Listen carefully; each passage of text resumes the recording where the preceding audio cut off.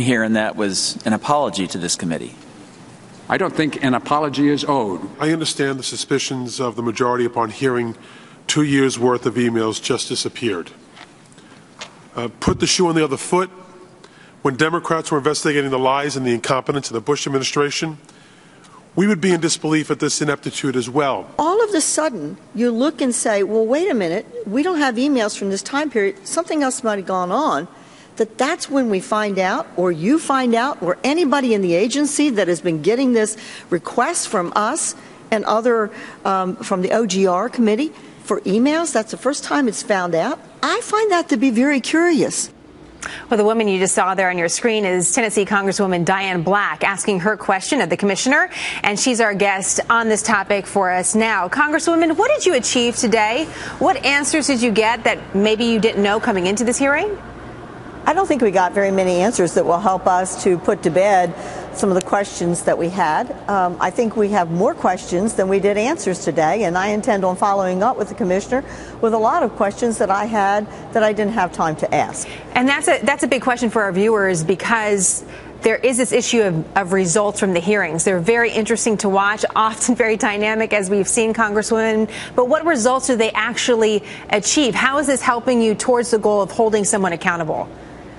I think that we are doing just what we need to do, and that is our job and our role as congressmen are to have oversight. And we're asking the questions. Unfortunately, we're not always getting the answers, which means it takes much, much more time.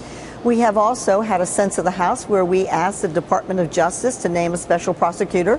Eric Holder decides not to do that. You know, some of this stuff could be taken care of a lot more quickly if you had someone that was working full time with a staff on this, rather than us going back and asking for documents and waiting several months before we get the documents, reading through them, combing through them, then going back and asking additional questions. And now, once again, we will be doing that because we don't have the authority to name a special prosecutor. That is the Department of Justice. But and is that your goal, Congresswoman? Is that what you'd like to see happen?